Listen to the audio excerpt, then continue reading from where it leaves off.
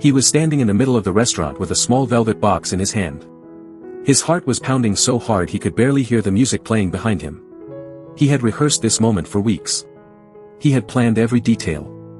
And now the woman he had loved for nearly 2 years was staring at him like he'd just told the funniest joke she'd ever heard. Crystal covered her mouth. Oh my God. Daniel's smile disappeared. Crystal. She looked around the restaurant. Then back at him. You actually thought I would marry you? A few people nearby went silent. Daniel's fingers tightened around the box. I thought. You thought what? I thought we were serious. Crystal stared at him from head to toe. Then she shook her head. Daniel, look at yourself. The words cut deeper than he expected. She gestured toward his clothes. His cheap watch. His ordinary shoes. His unremarkable face. Then she looked at the ring. Do you honestly believe this is enough? Daniel felt the room closing around him. I love you. Crystal's expression hardened. And that's exactly the problem. She pushed the ring box away. You love me. Daniel swallowed. But I don't want you. Silence. Then Crystal said the sentence that would change both of their lives. I would never marry a man who looks like you. And she walked away. Daniel stood there, but Crystal wasn't finished. She turned around near the entrance. Oh, and Daniel. He looked up.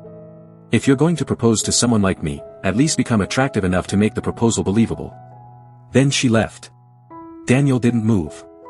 He simply stood there while everyone around him pretended not to stare. That night, something inside him died. And something else was born, because Crystal had no idea what the man she just humiliated was about to become. 2 years earlier, Daniel had been the kind of man people overlooked. He wasn't hideous. He simply wasn't striking. His features were soft. His hair was always slightly messy. He had a thin frame, poor fashion sense, and a habit of slouching whenever he was nervous. He worked hard, but nobody would have called him impressive. Daniel knew that. He just didn't believe it mattered.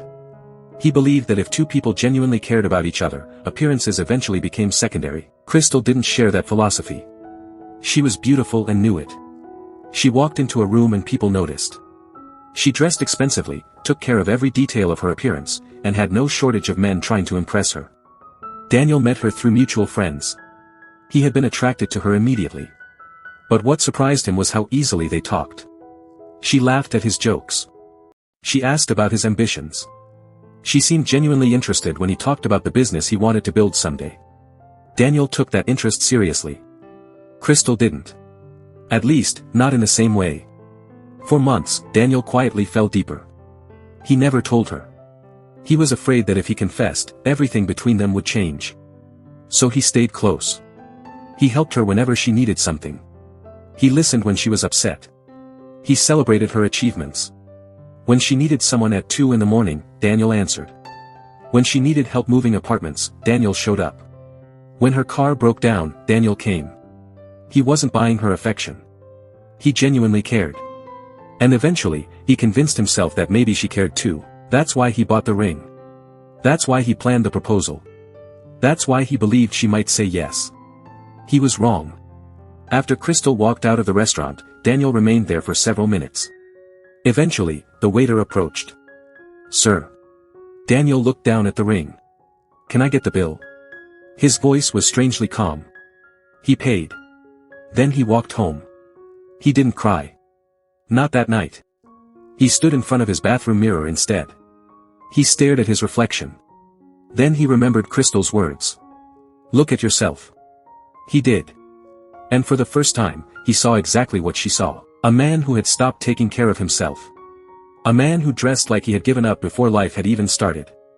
A man with dreams but no discipline. A man who had spent so much energy trying to prove he was worthy of Crystal that he'd forgotten to become worthy of himself. Daniel opened his phone. He found Crystal's number. His thumb hovered over it. He could have begged. He could have asked her to reconsider. He could have told her he would change. Instead, he deleted her number. Then he opened his notes app. At the top, he typed one sentence. Never let anyone have the version of me that I refuse to build. That was the beginning. Not a motivational beginning. Not a beautiful beginning. An angry one. The next morning, Daniel woke up at 5. He went to the gym. The first session was humiliating. He could barely complete half the exercises. His arms shook. His lungs burned. People around him lifted weights he couldn't imagine touching. He wanted to leave. But then he remembered Crystal laughing. So he stayed. The next day, he returned. Then the next. Then the next. He completely changed his lifestyle. His diet. His sleep. His clothes. His posture. His hair. His body. But he didn't stop there. He quit wasting his evenings. He stopped spending money on things he didn't need. He took freelance design jobs after work. Then more. He started building his own creative agency. The first months were brutal. There were nights he worked until 3 in the morning. There were clients who refused to pay. Projects failed. Deals collapsed. Daniel nearly gave up more than once. But every time he wanted to quit, he remembered the ring. The tiny velvet box sat inside his desk drawer. 3314. He kept it. Not because he still wanted Crystal. Because it reminded him of the man he had been. The man who had believed love could compensate for everything he lacked. He wanted to bury that version of himself. A year passed. People began noticing. Daniel's body had changed dramatically. His face looked sharper. His clothes fit differently. He no longer walked into rooms hoping people would notice him. He walked in as though he expected to belong there. His agency started making money. Then serious money. He hired employees. Moved into a better office. Started working with major brands, but something unexpected happened during a fashion campaign. A male model failed to show up. The campaign couldn't be postponed. The photographer looked around. Then his eyes landed on Daniel. You. Daniel frowned. Me? Put the suit on. I'm not a model. The photographer smiled. Neither was the man who just disappeared. Daniel reluctantly agreed. He put on the suit. The stylist adjusted his collar. The photographer positioned him under the lights. Stop trying to look good. Daniel looked confused. Just stand there like you own the room. The camera flashed. Once. Twice, then dozens of times. The photographer stopped. He looked at the photographs. Then at Daniel. Have you ever modeled? No. You should.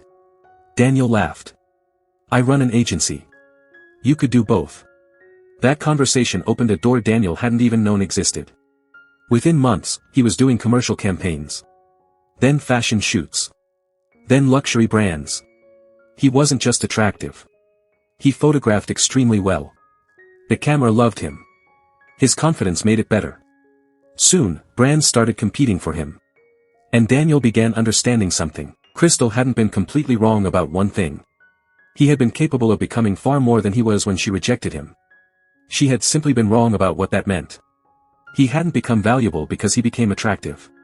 He had become attractive because he finally stopped living like a man who didn't believe he was valuable. Then came the opportunity that changed everything. A prestigious fashion brand was launching a new international campaign. They wanted a fresh male face. Daniel was invited to audition. He almost declined. His agency director convinced him to go. He arrived at the studio wearing a black tailored suit. Dozens of models were there. Daniel didn't expect to win. Then the photographer saw him. Daniel Hayes? Yes. We've been looking for you. The audition lasted less than 20 minutes. 2 days later, Daniel received the call.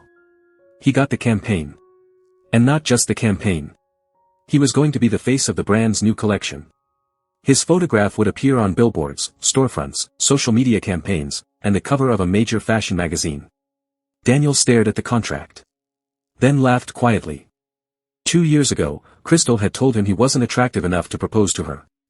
Now an international fashion brand wanted millions of people to look at his face. The magazine shoot was unlike anything Daniel had experienced. A private studio. Professional stylists. A full production crew. Lights covering the ceiling. He wore several designer outfits. But the final photograph was the one everyone loved. Daniel stood against a dark backdrop in a perfectly tailored suit. His expression wasn't smiling. It was calm. Controlled. Almost intimidating. The photographer lowered the camera. That's the cover. Daniel looked at the photograph. For a moment, he remembered the restaurant. The ring. Crystal laughing. I would never marry a man who looks like you. He looked at the photograph again. Then smiled. Because the irony was almost too perfect.